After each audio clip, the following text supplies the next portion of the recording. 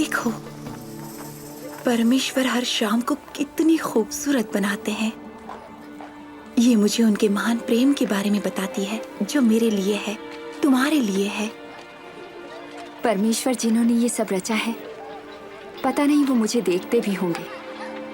जानना तो दूर की बात है। परमेश्वर शायद किसी पवित्र व्यक्ति को ही प्यार करेंगे, लेकिन मुझ जैसी को नहीं। रिवका, अगर तुम मेरे साथ उन 3 सालों तक रहती जिनमें उन्होंने हमें सिखाया। वो गुरु यीशु। सफीरा, क्या हमें उनके बारे में बताओगी? हाँ, हमें अपनी कहानी सुनाओ ना। जरूर सुनाऊंगी। आओ।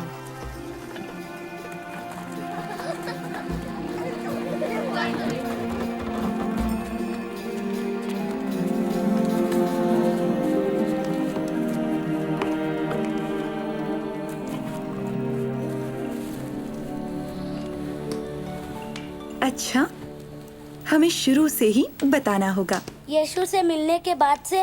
नहीं, हमें यीशु की कहानी को समझने के लिए शुरू से ही बताना होगा, जैसा कि पवित्र शास्त्र हमें बताता है। आरंभ में परमेश्वर ने पृथ्वी और इसके सारे पेड़ पौधों, पशुओं, पक्षियों और समुद्र में रहने वाले प्राणियों की रचना की।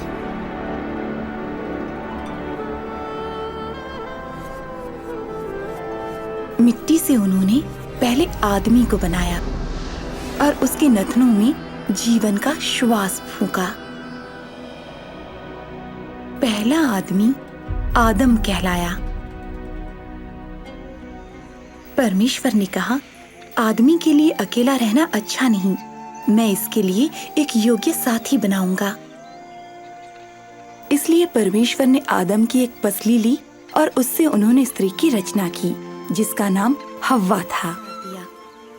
आदम और हव्वा परमेश्वर की उपस्थिति में एक सुंदर बगीचे में रहते थे, जिसे परमेश्वर ने उनके लिए बनाया था। परमेश्वर उनके साथ बाग में घूमते थे और बात करते थे, और वहाँ कोई दुख नहीं था, शोषण नहीं था और मृत्यु भी नहीं थी। परमेश्वर ने आदम से कहा, तू बाग के सब वृक्षों के फल खा सकता है, सिवाय भले या बुरे ज्ञान के वृक्ष के फल के। अगर तू उसका फल खाएगा तो अवश्य मर जाएगा।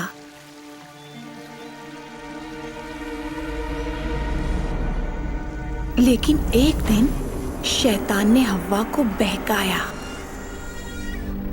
उसने फल तोड़ा और उसे खाया, और उसका कुछ हिस्सा अपने पति को भी दिया, और उसने भी खाया।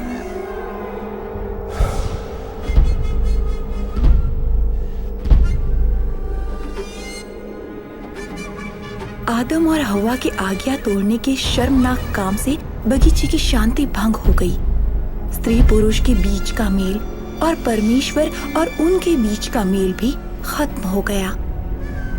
आदमी को एक पीड़ादायक जीवन जीने का श्राप मिला, और स्त्री को संतान उत्पन्न करते समय की पीड़ा सहने का और पति द्वारा शासित होने का श्राप मिला।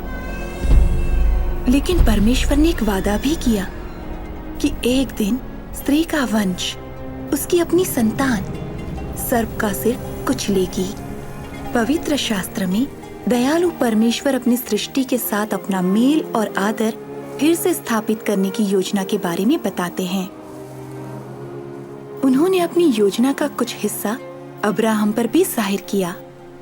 अब्राहम ने परमेश्वर पर भरोसा किया और उनका आदर किया, और परमेश्वर ने अब्राहम को आशीष दी और उसके द्वारा सारे राष्ट्रों के लोगों को भी आशीष दी। एक दिन परमेश्वर ने अब्राहम की परीक्षा ली। उन्होंने अब्राहम से कहा कि अपने बेटे को लेकर उनके लिए बलि चढ़ाए।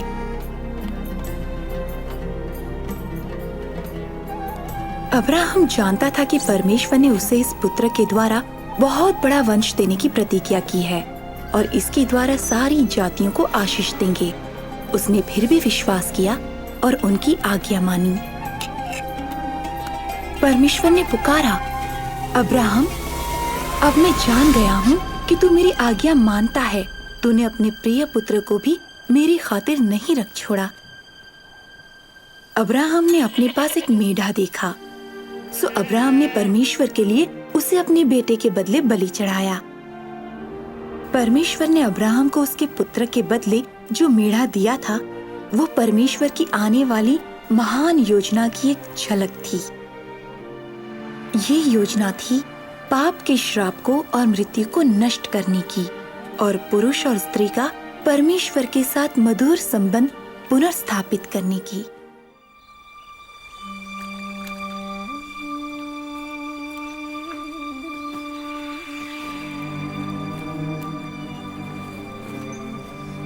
नासरत में एक युवती रहती थी जिसका विवाह यूसुफ नाम के व्यक्ति के साथ होना तय था। उसका नाम मरियम था।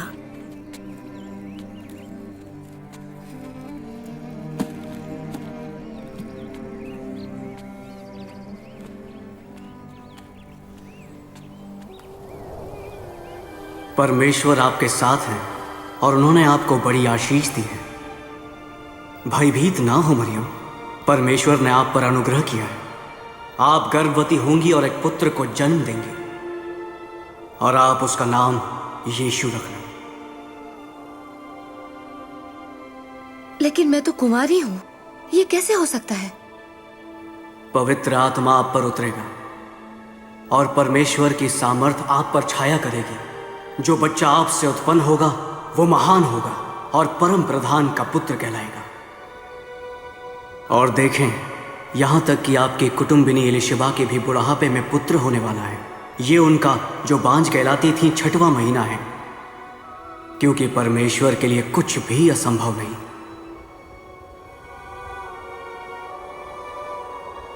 मैं परमेश्वर की दासी हूँ, जैसा आपने कहा वैसा ही मेरे लिए हो।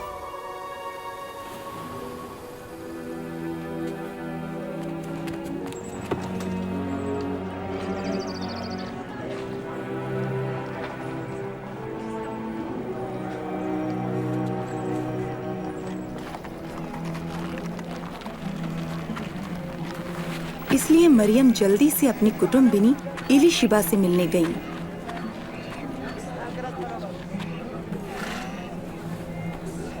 एलिशिबा, मरियम, बहन मरियम।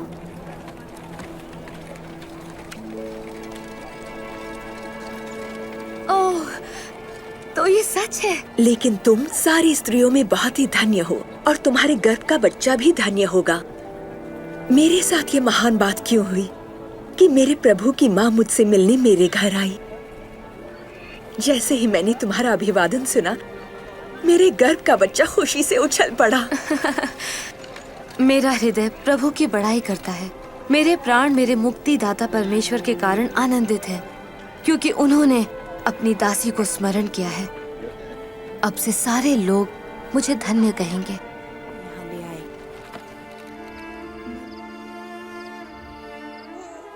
यीशु का जन्म बेथलेहम में ऐसी जगह पर हुआ जहाँ जानवर रखे जाते थे, क्योंकि यूसुफ और मरियम के लिए उनके रिश्तेदारों के यहाँ भी जगह नहीं थी।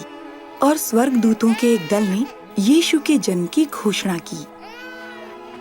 जब उस बच्चे के खतने का समय आया तो उसका नाम यीशु रखा गया, जिसका अर्थ है परमेश्वर बचाता है। और मरियम और यूसुफ बच्चे को प्रभु को समर्पित करने के लिए आराधनालय में ले आए। और जब मैंने उनकी कहानी सुनी तो मैं जान गई कि यीशु एक सामान्य भविष्यवक्ता से कहीं बढ़कर हैं। स्वर्गदूत का क्या मतलब था जब उसने यीशु को परम प्रधान का पुत्र कहा? तो प्रभु की किसी स्त्री के साथ संबंध से तुम्हारा मतलब नहीं है? नहीं नहीं नहीं नहीं, याद रहे, मरियम एक कुंवारी थी। यीशु का गर्भ में आना वास्तव में परमेश्वर के आत्मा द्वारा अद्भुत कार्य था। परमेश्वर कुछ भी कर सकते हैं। क्या तुम्हें इस पर विश्वास नहीं? अपने अद्भुत जन्म के कारण हालांकि यीशु हमारी और तुम्हारी जैसे स्त्री से जन्मे थे, फिर भी वो कहीं ज्यादा थे। अपने पापों से पश्चाताप करो और बपतिस्मा लो और परमेश्वर तुम्हारे पाप क्षमा करेंगे। परमेश्वर ने स्वयं ही ये कहा जब एलीशिबा का पुत्र यूहन्ना बपतिस्मा देने वाला लोगों को यरदन नदी में बपतिस्मा दे रहा था। मैं तो तुम्हें पानी से बपतिस्मा देता हूँ, लेकिन जो आ रहे हैं वो मुझसे कहीं अधिक महान हैं। मैं तो इस योग्य भी नहीं कि उनके जूतों के बंधन खोल सकूं। वो तुम्हें पवित्र आत्मा और आग से बपतिस्मा देंगे। उनका सूप उसके हाथ में है, ताकि गेहूं को भूसी से अलग कर अपने रखते में रख सके।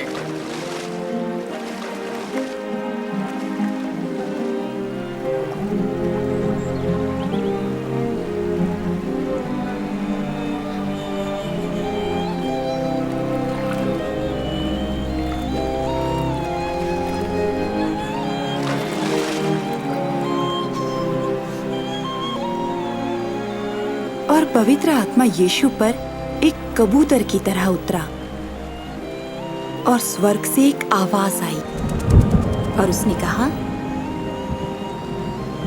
तुम मेरे प्रिय पुत्र हो, मैं तुमसे प्रसन्न हूँ।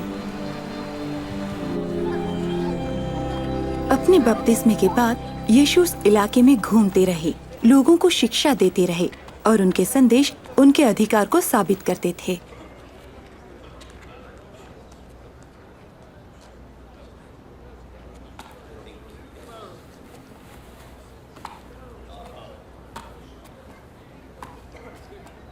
क्या ये मरियम का पुत्र नहीं है? हाँ, वही है। चुप रहो।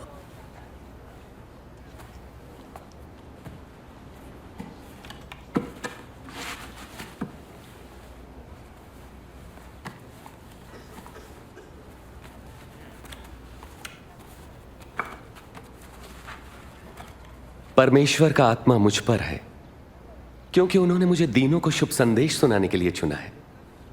उन्होंने मुझे भेजा है कि मैं बंदियों को मुक्ति और अंधों को दृष्टि पाने का संदेश दूं, सताए हुए लोगों को मुक्त करने के लिए और यह घोषणा करने के लिए कि समय आ गया है जब परमेश्वर अपने लोगों को बचाएं।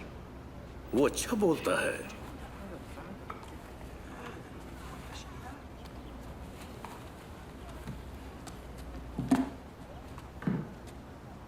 धर्मशास्त्र का ये लेख आज पूरा हुआ, जैसा तुमने अभी सुना। क्या परमेश्वर का वचन सच्चा ठहरा?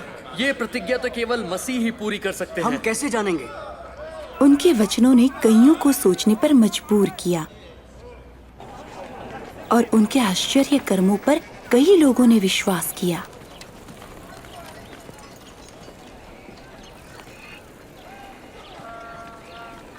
ये वही है।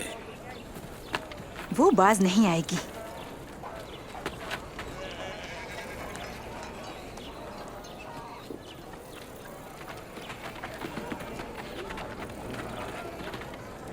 ये कौन है? ये वो गुरु है जो नासरत से आए हैं, यीशु। कैसी हो? ठीक हूँ। वापस जाओ, तुम्हारा यहाँ कोई काम नहीं है।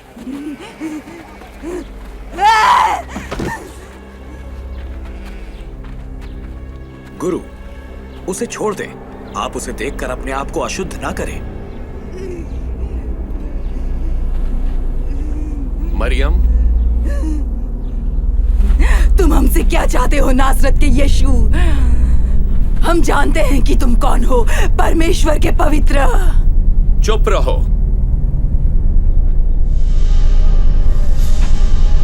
दुष्ट आत्माओं,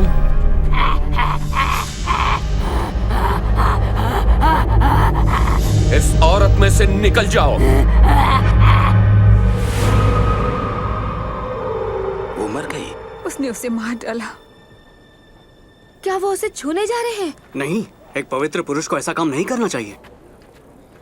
मरियम, अब्राहम की बेटी,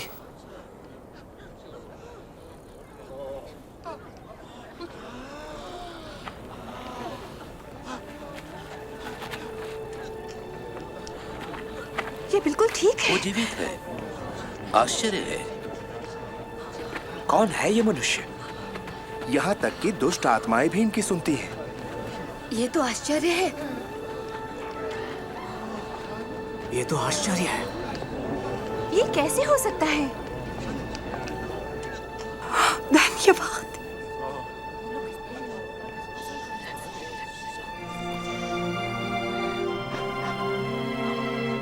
धन्यवाद।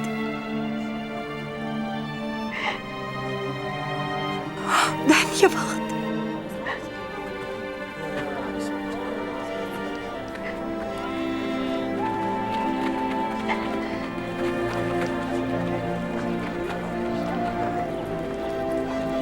दिन के बाद से मैं उनकी अनुयायी बन गई। मैं वो करना चाहती थी जो परमेश्वर को अच्छा लगे।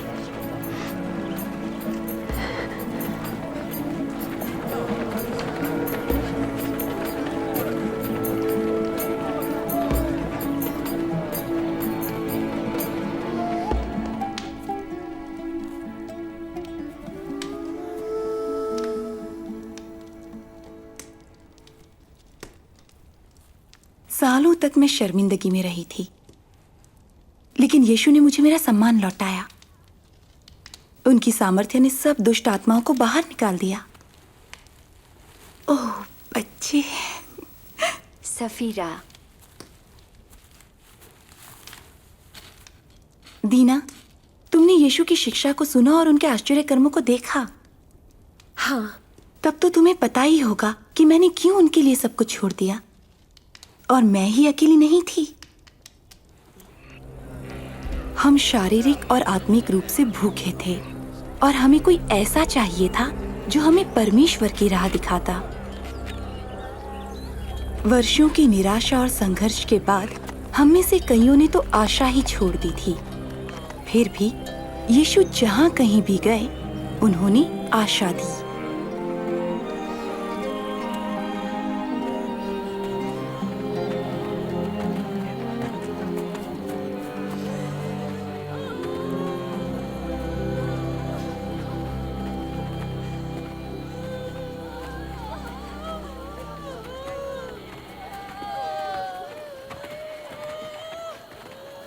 वो कौन है? एक जवान लड़का, एक विधवा का इकलौता बेटा।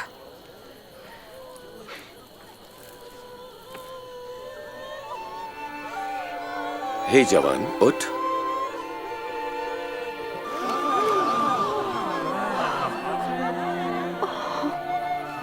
हमारे बीच एक महान भविष्यवक्ता आए हैं।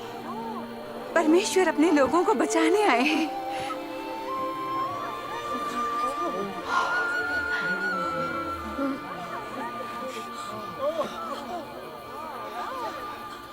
यदि तुम अपनों से प्रेम रखने वालों से प्रेम रखते हो, तो तुम्हें आशीष क्यों कर मिलेगी? पापी भी अपने प्रेम रखने वालों से प्रेम रखते हैं। और यदि स्वयं पर भलाई करने वालों की भलाई करते हो, तो तुम क्यों कर आशीष पाओगे? पापी भी ऐसा ही करते हैं। वो उसे कैसे छू सकते हैं? वो उससे कैसे बात कर सकता है? बेशर्म। नहीं, शत्रुओं से प्रेम रखो, उनका भला करो, उधार देकर वापसी की आशा न रखो, तब तुम्हें बड़ा प्रतिफल मिलेगा। तुम परम प्रधान परमेश्वर की संतान ठहरोगे। वो दुष्टों और आभार न मानने वालों पर भी कृपालु है। दयावंत बनो, जैसा तुम्हारा परम पिता दयावंत है। यीशु ने सिखाया कि परमेश्वर पापियों से दुश्मनों जैसा व्यवहार नहीं करते कि उन्हें नष्ट कर दिया जाए, बल्कि उन्हें खोई हुई भेड़ के समान समझते हैं और अपने गले में शामिल करने के लिए ढूंढते हैं। हमें पता नहीं था कि ऐसे लोगों को भी मान और प्यार दिया जाना चाहिए जो सदियों से तुच्छ जाने जाते थे, और विदेशी संस्कृति के मिश्रित लोग जो हमें नापसंद थे। ये पता चला जब यीशु ने सामरिया की यात्रा की। ये कौन औरत है जिसे सब घृणा करते हैं? ये एक सामरी है। क्या यही काफी नहीं है? चलो, हमें भोजन खरीदना है और हम नहीं चाहते कि गुरु को इंतजार करना पड़े।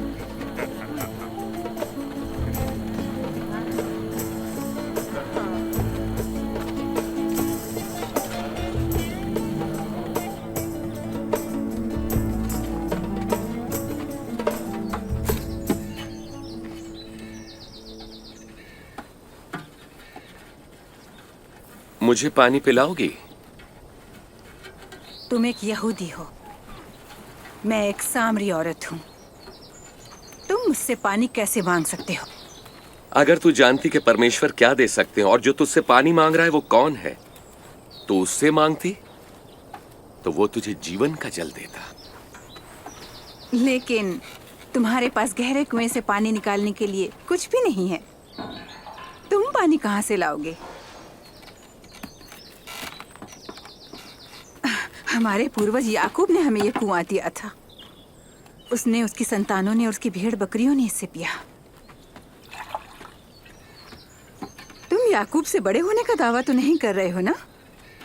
जो कोई ये जल पिएगा वो फिर प्यासा होगा, लेकिन जो जल मैं दूंगा उसे पीकर वो फिर कभी प्यासा न रहेगा। जो जल मैं दूंगा वो उसमें एक सोता बन जाएगा जो अनंत जीवन के लिए उमड़ता रहेगा। तो मुझे भी वो पानी दो कि मैं फिर कभी प्यासी ना रहूं और ना फिर मुझे यहाँ पानी भरने आना पड़े। जा अपने पति को बुला ला और जल्दी आ। मेरे पास पति नहीं है। तूने सच ही कहा था कि तेरे पास पति नहीं है। तूने 5 आदमियों से विवाह किया और अब जिसके साथ है वो भी तेरा पति नहीं है। तूने मुझसे सच ही कहा। आप तो भविष्यवक्ता लगते हैं। मेरे सामरी पूर्वज इस पर्वत पर परमेश्वर की उपासना करते थे, पर यहूदी कहते हैं यरूशलेम में हमें परमेश्वर की आराधना करनी चाहिए।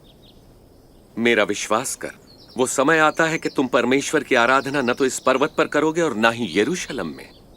तुम सामरी वाकई नहीं जानते कि तुम किसकी आराधना करते हो, लेकिन वो समय आ रहा है, बल्कि आ ही चुका है, जब परमेश्वर के आत्मा के सामर्थ्य से लोग पिता की आराधना आत्मा और सच्चाई से करेंगे, जैसा कि प्रभु चाहते हैं। परमेश्वर आत्मा है और सिर्फ उनके आत्मा के सामर्थ्य से ही लोग उनकी सच्ची आराधना कर सकते हैं। ये है वो औरत। वे उससे क्या बातें कर रहे हैं? क्या वे जानते हैं वो कौन है? मैं जानती हूँ कि मसीह जरूर आएंगे, और जब वो आएंगे तो वो हमें पूरी बात बताएंगे। मैं वही हूं।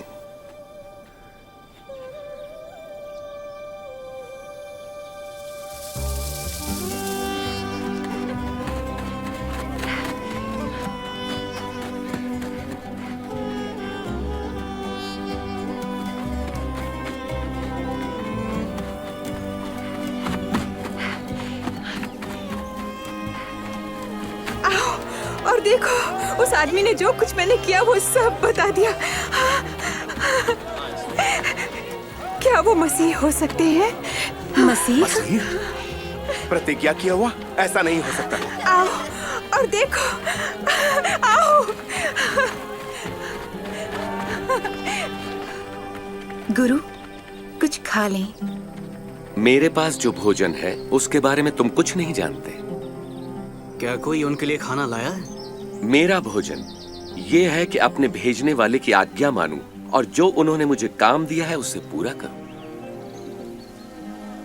फसल पक चुकी है और कटने के लिए तैयार है।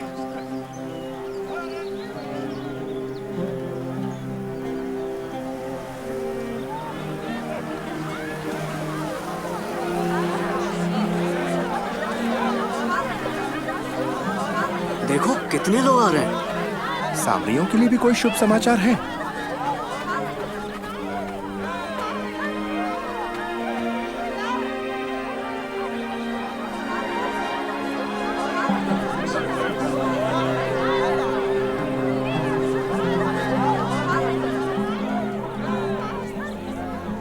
शहर के लोग यीशु के पास आए और उनसे विनती करने लगे कि उनके साथ रहें और उन्हें शिक्षा दें। हम वहाँ 2 दिन रहे और बहुत से सामरियों ने उन पर विश्वास किया। तुम में से कौन चिंता करके अपनी आयु बढ़ा सकता है? जब तुम ये छोटा सा काम नहीं कर सकते तो फिर बाकी की चिंता क्यों करते हो? इन फूलों को देखो, ये कैसे बढ़ते हैं। ये किसी तरह का परिश्रम नहीं करते। राजा सुलेमान इनमें एक के समान सुंदर वस्त्र न पहन सका। यदि परमेश्वर मैदान की घास को सजाते हैं जो आज है और कल आग में झोंकी जाएगी, तो निश्चय ही वे तुम्हें भी वस्त्र पहनाएंगे। हे अल्पविश्वासियों, हमारे विश्वास को और बढ़ाएं। यदि तुम्हारा विश्वास राई के दाने के भी बराबर हो तो तुम इस पेड़ से कहो कि जड़ से उखड़कर समुद्र में जा पड़, तो वो तुम्हारा कहा मान लेता।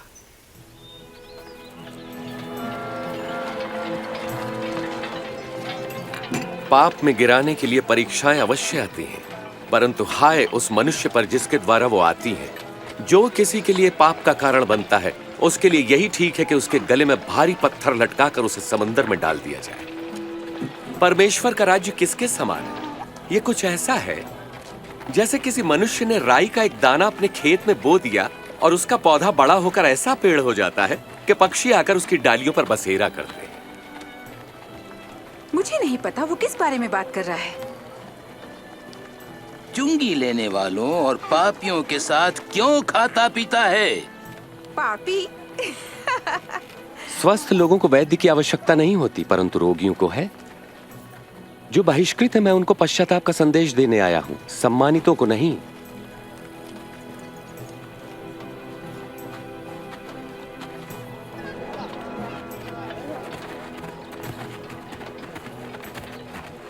अगर मैं उनका कपड़ा ही छू सकूं, तो मैं ठीक हो जाऊंगी।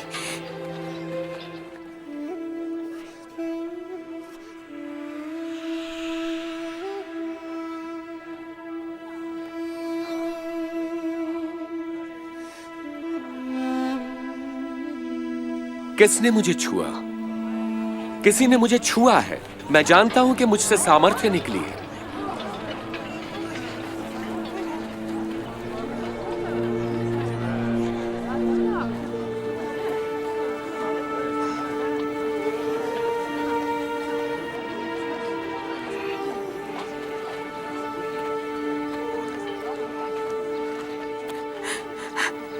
ये मैं हूं जिसने आपको छुआ है। मैं 12 साल से लहू बहने से परेशान थी। अपना सब कुछ वैद्यों पर खर्च कर दिया, पर वो कुछ ना कर सके।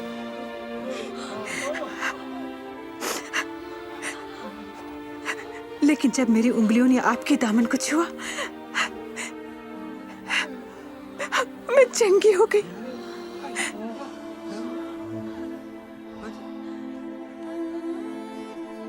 बेटी, तेरे विश्वास ने तुझे चंगा किया है।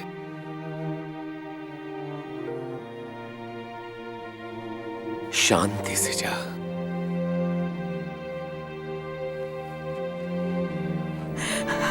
धन्यवाद।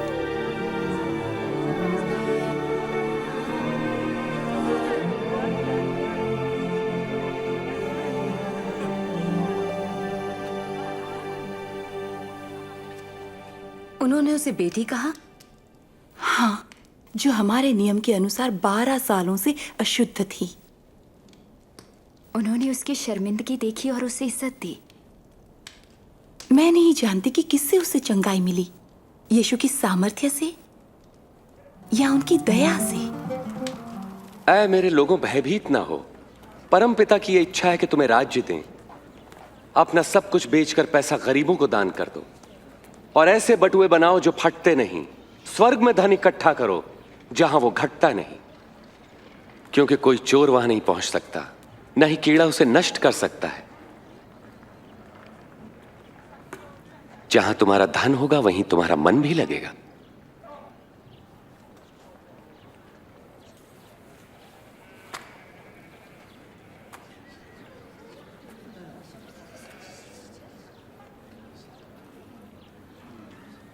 हे नारी, तुम अपनी बीमारी से मुक्त हुई।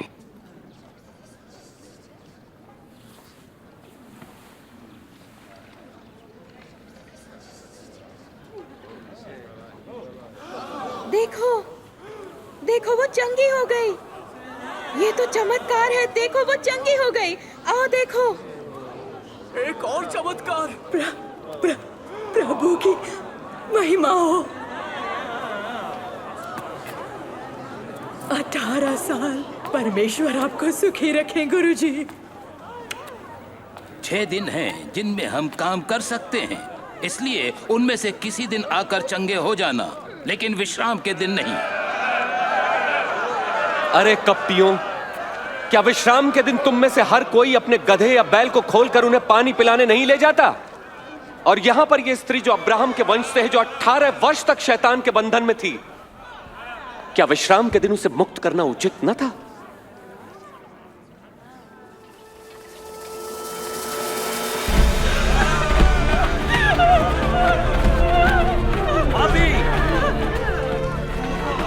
व्यभिचारी, व्यभिचारी,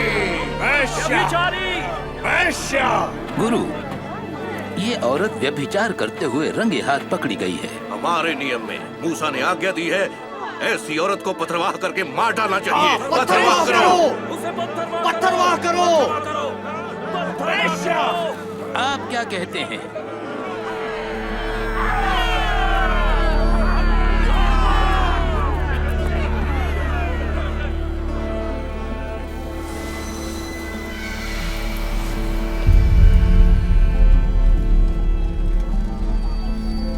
गुरु, हमारे पास 2 लोगों की गवाही भी है।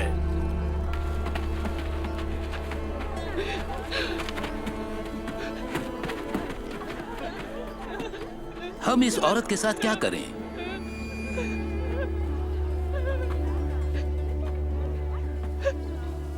तुम में से जिसने कभी कोई पाप न किया हो, वही उसे सबसे पहले पत्थर मारे।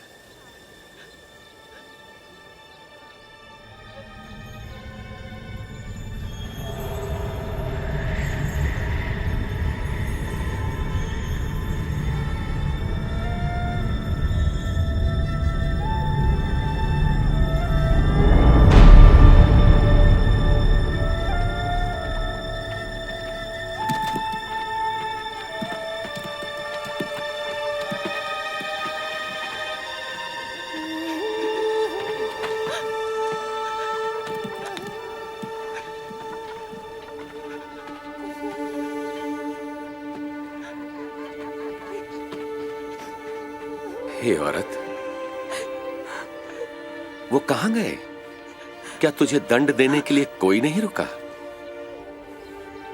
यहाँ कोई नहीं।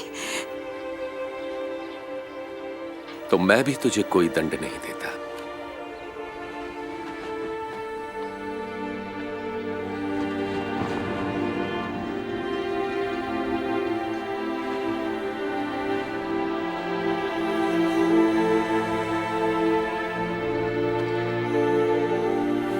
जा और अब फिर कभी पाप मत करना।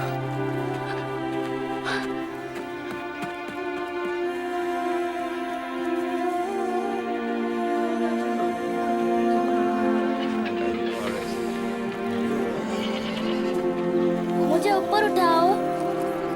आजा मेरे कंधे पर। क्या आप तुम देख सकते हो? मैं यीशु को देख सकता हूँ।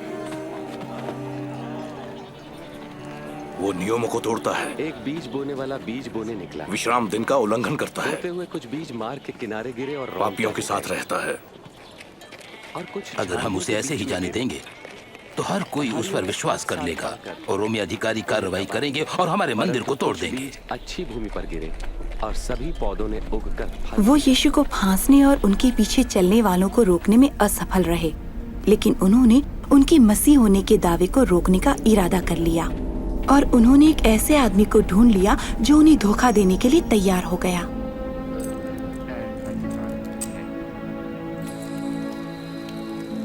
यीशु अक्सर अपने शिष्यों के साथ जैतून पर्वत पर प्रार्थना के लिए जाते थे।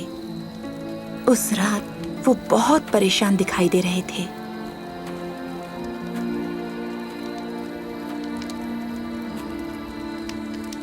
तुम क्यों सो रहे हो? उठो और प्रार्थना करो कि तुम परीक्षा में न पड़ो।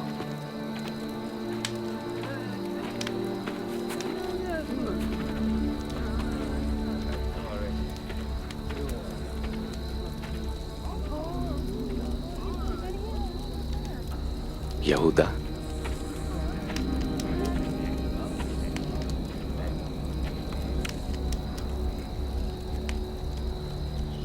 क्या तुम चुंबन लेकर मुझे पकड़वा रहे हो?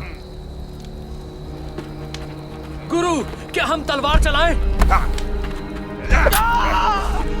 चलो इसे पकड़ लो। बस बहुत हो गया।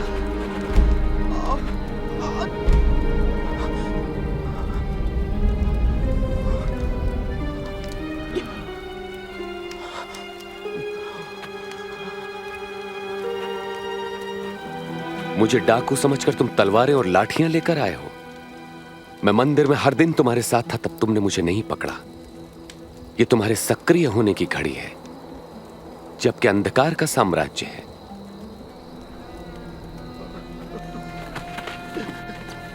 पकड़ लो इसे। उनके ही साथी ने उन्हें धोखा दिया, उनके अपने ही एक शिष्य ने, जिसे हम सब जानते थे और भरोसा करते थे। इस पे निगरानी रखो। उस रात पहरेदारों ने उनका मजाक उड़ाया और उन्हें मारा। तुझे किसने मारा बता जरा। भविष्यवाणी कर, अब कौन तुझे मारेगा? बस करो, ये सब बंद करो। इसे सभा के सामने लाओ।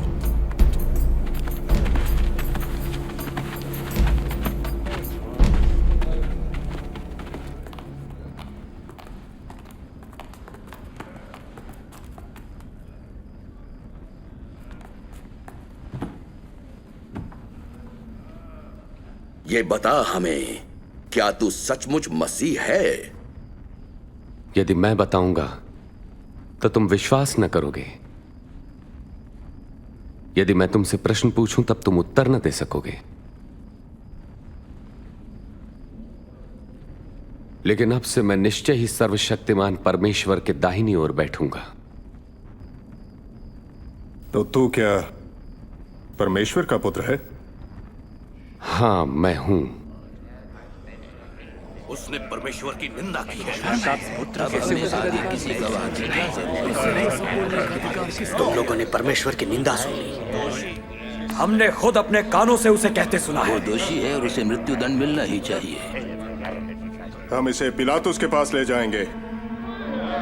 हाँ, ले जाओ इसे। इसलिए वो उन्हें रोमी शासक पुन्तियुस पिलातुस के पास ले गए। एक निर्दयी शासक पिलातुस, जो हजारों को क्रूस पर चढ़ाने के लिए जिम्मेदार था।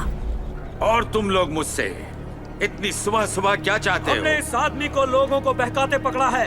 इसने मंदिर के बाजार में खलबली मचा दी। हमने उसे दोषी पाया। हमने इसे लोगों को कर देने से मना करते और अपने को मसीह और राजा कहते हुए सुना है। राजा? क्या तू इन यहूदियों का राजा है? तुमने खुद कहा। कैसर के सिवा हमारा कोई हमारे राजा नहीं। कानून के अनुसार वो मृत्यु दंड का अधिकारी है, क्योंकि वो अपने आप को परमेश्वर का पुत्र कहता है।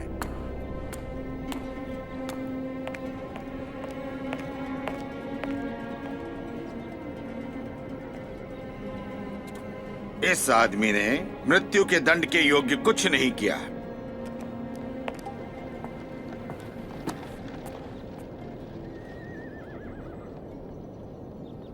इसलिए मैं उसे पिटवाकर छोड़ देता हूं। अगर तुम उसे छोड़ते हो तो तुम कैसर से गद्दारी करोगे।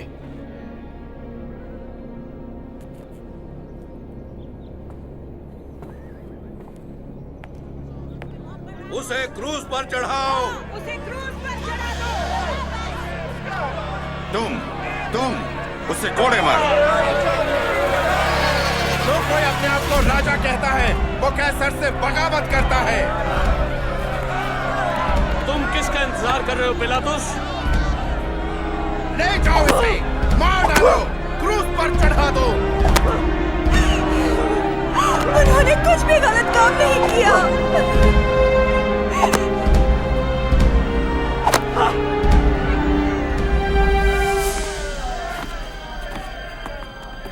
उसे क्रूस पर चढ़ाओ।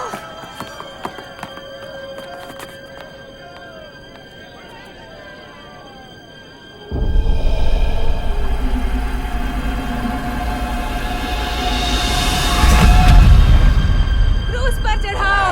क्रूस पर चढ़ाओ। पीछे पीछे हटो। पीछे पीछे हटो। उससे दूर रहो।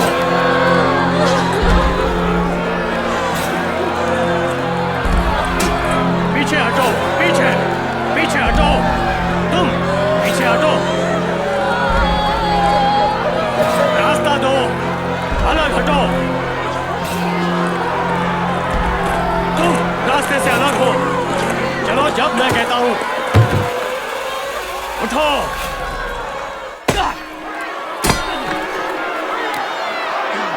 तुम उठाओ इसे। चलो आगे बढ़ो।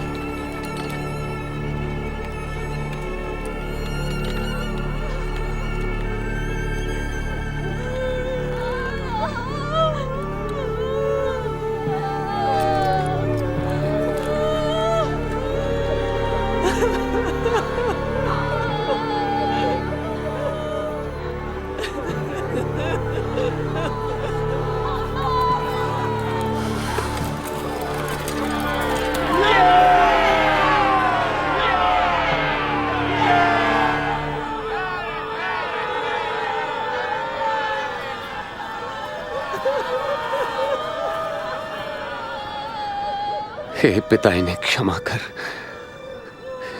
ये नहीं जानते कि क्या करते हैं।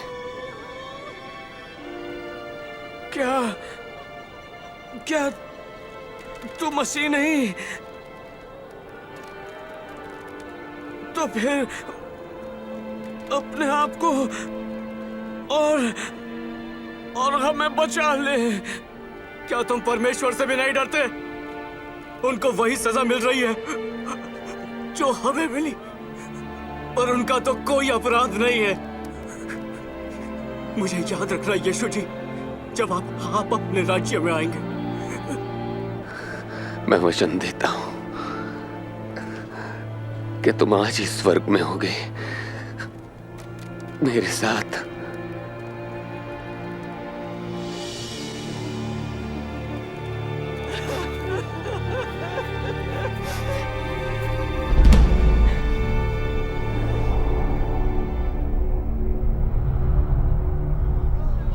और दोपहर से लगभग 3 घंटे तक सारे देश में अंधकार छाया रहा।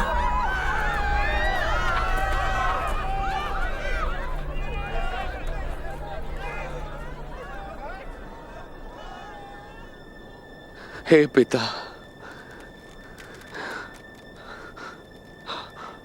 आपके हाथों में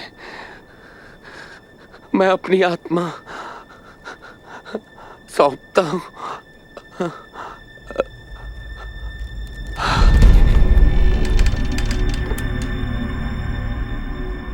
परमेश्वर की महिमा हो। निश्चय ही ये एक धर्मी मनुष्य थे।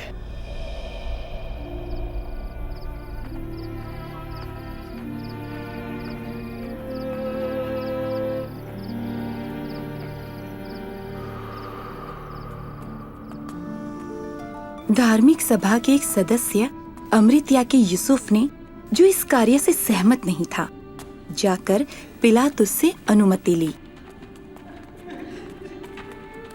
कि प्रभु यीशु के मृत शरीर को विश्राम के दिन से पहले ही कब्र में रखा जा सके।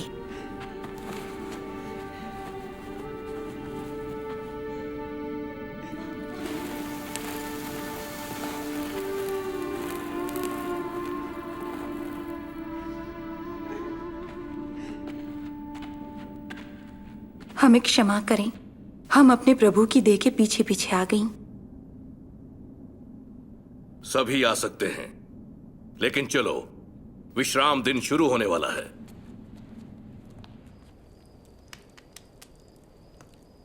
उन्होंने उसे क्यों मारा? अगर वो परमेश्वर की ओर से थे, तो उन्होंने उन्हें खुद को क्यों मारने दिया? मैंने ये सारे प्रश्न पूछे। यीशु के पास दुष्ट आत्माओं के ऊपर अधिकार था, यहाँ तक कि मुर्दे भी उनकी सुनते थे। क्या वो ये सब रोक नहीं सकते थे? मैं 3 साल तक उनके पीछे चलती रही कि शायद यही वो प्रतिज्ञा किए हुए मसीह हों, लेकिन अब तो वो जा चुके थे। अब मैं कहां जाऊं? ये बड़ी दुख भरी कहानी है, लेकिन इसका एक महिमामयी अंत है।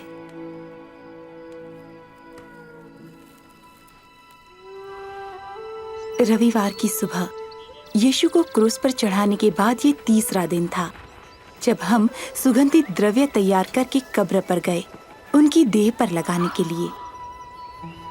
कब्र का पत्थर हटा हुआ है।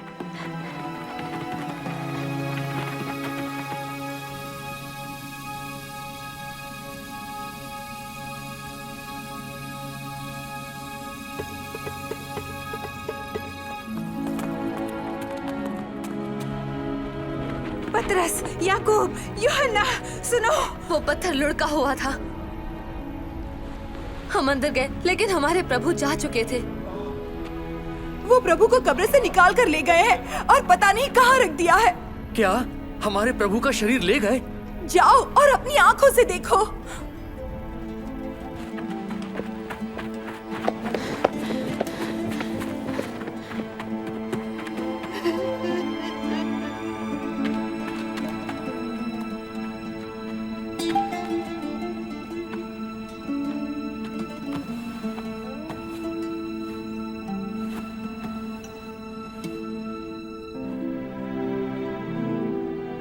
कब्र की अच्छी तरह जांच करने के बाद पतरस दूसरे शिष्यों के पास लौटा, लेकिन मैं बाहर ही खड़ी रही, हैरान और रोती हुई।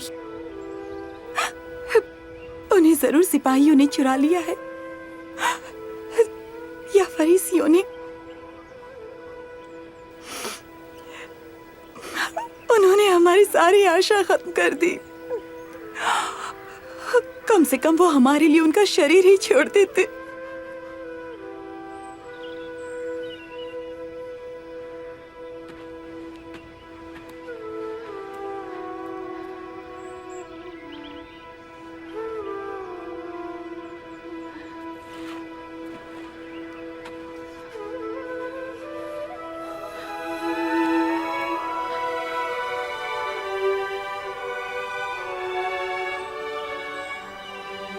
हे नारी, तू रो क्यों रही है?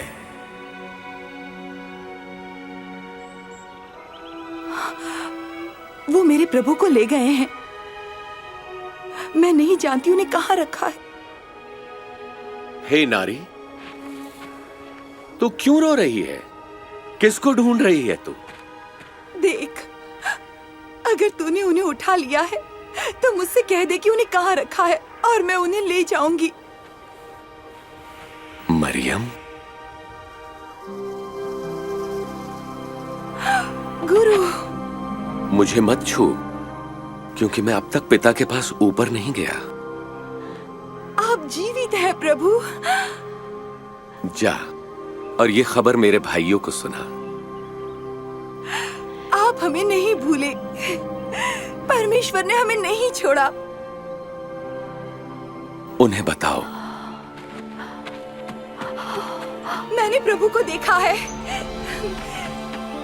मैंने मसीह को देखा है। क्या वो जीवित हो गए हैं? हाँ। कैसे? मृत्यु उन पर विजय न पा सकी, तो फिर उन्हें मरना क्यों पड़ा? मृत्यु पर विजय पाने के लिए। ओह, मैं उन्हें उस दिन न समझ सकी, लेकिन उसके बाद यीशु हमें कई बार दिखाई दिए और उन्होंने हमें शिक्षा भी दी। यीशु के आने से हजारों साल पहले भविष्यवक्ताओं ने शास्त्रों में प्रतिज्ञा किए हुए मसीह के बारे में ये भविष्यवाणी की थी कि वो दुख उठाएगा। यशायाह ने लिखा, वो हमारे ही अपराधों के कारण घायल किया गया, वो हमारे ही अधर्म के कामों के हेतु कुचला गया, हमारी ही शांति के लिए उस पर ताड़ना पड़ी कि उसके कोड़े खाने से हम चंगे हो जाएं। मूसा भविष्यवक्ता ने लिखा, जो लटकाया जाता है वो परमेश्वर द्वारा श्रापित है। जब यीशु क्रूस पर मरे तो उन्होंने हमारे श्राप को अपने ऊपर ले लिया, मेरा श्राप, पाप और मृत्यु का।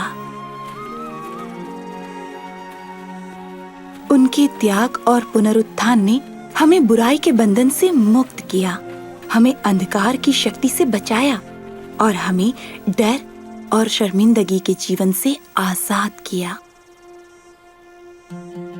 ये वो आशीष है जिसकी प्रतिज्ञा परमेश्वर ने हमारे पूर्वज अब्राहम से की थी, जब उन्होंने कहा था कि पृथ्वी के सारे लोग उनके द्वारा आशीष पाएंगे।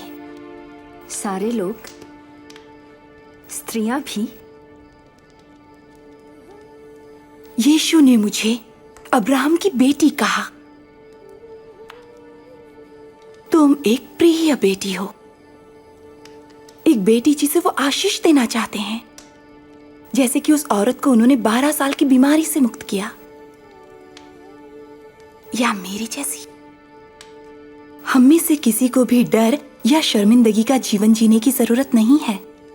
अब हमें छुपे रहने की जरूरत नहीं है। यीशु ने स्वयं कहा, परमेश्वर का आत्मा मुझ पर है, क्योंकि उन्होंने मुझे दीनों को शुभ संदेश सुनाने के लिए चुना है। उन्होंने मुझे भेजा है कि मैं बंदियों को मुक्ति और अंधों को दृष्टि पाने का संदेश दूं, सताए हुए लोगों को मुक्त करने के लिए और यह घोषणा करने के लिए कि समय आ गया है जब परमेश्वर अपने लोगों को बचाएं।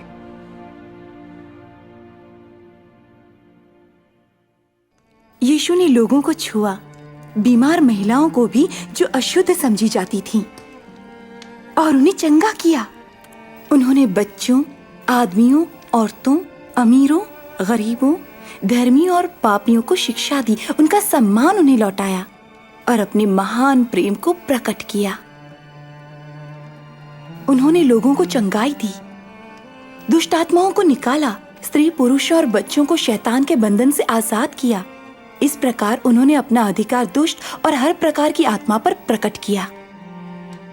यीशु बेटे बेटियों को मृतकों में से वापस ले आए। उन्होंने अपनी सामर्थ्य मृत्यु पर भी प्रकट की, और हालांकि शैतान और दुष्ट आत्माओं ने समझा कि उन्होंने यीशु को क्रूस पर चढ़ाकर विजय हासिल कर ली, लेकिन यीशु मृतकों में से जी उठे, शैतान और मृत्यु पर विजय प्राप्त करते हुए। तो क्या वो मसीह थे? केवल प्रतिज्ञा के मसीह ही ये सब काम कर सकते थे जो यीशु ने किए, और केवल यीशु जैसे कोई दयावंत, सामर्थ्यवान और विश्वसनीय ही हमारे विश्वास और भक्ति के योग्य हैं।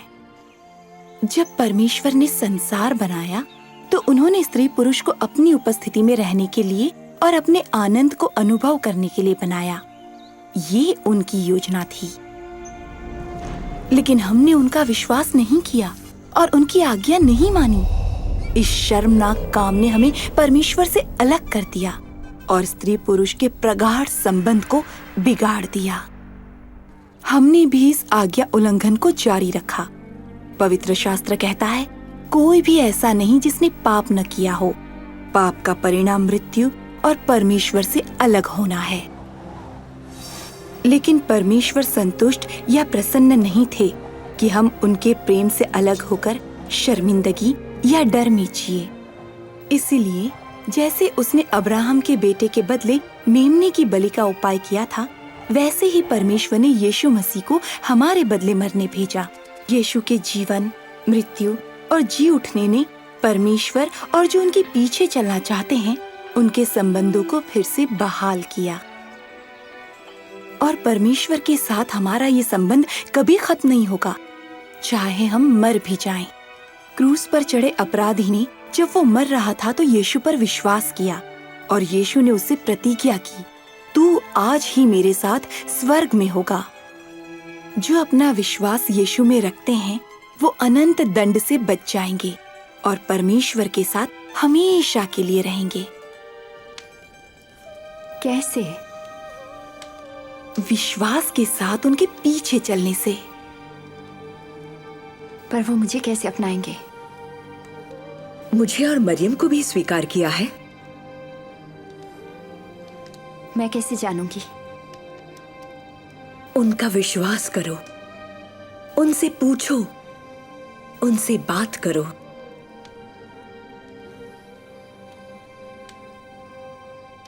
परमेश्वर हमारे स्वर्गीय पिता, आप पवित्र और धर्मी हैं। धन्यवाद आपका कि आप मुझसे प्रेम करते हैं। मैंने आपके विरुद्ध पाप किया है। आपका धन्यवाद कि आपने प्रतिज्ञा किए हुए मसीह को भेजा कि वो शर्मिंदगी और अपराध बोध को नष्ट कर दें। आपका धन्यवाद कि वो मेरे बदले मरे। मैं अपने जीवित उद्धारकर्ता के पीछे चलना चाहता हूँ। धन्यवाद कि आपने मुझे क्षमा किया और मुझे अपना लिया।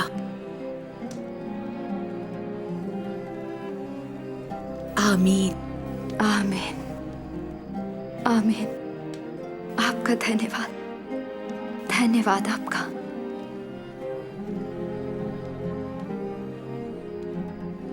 यीशु ने कहा, मेरी भेड़ें मेरी आवाज सुनती हैं, मैं उन्हें जानता हूं, वो मेरे पीछे चलती हैं।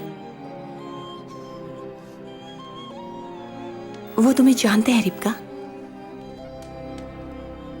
और वो तुमसे प्रेम करते हैं। ये एक अनंत संबंध का आरंभ है। जो बढ़ता है जैसे जैसे हम उन्हें जानते हैं और उन पर विश्वास करते हैं।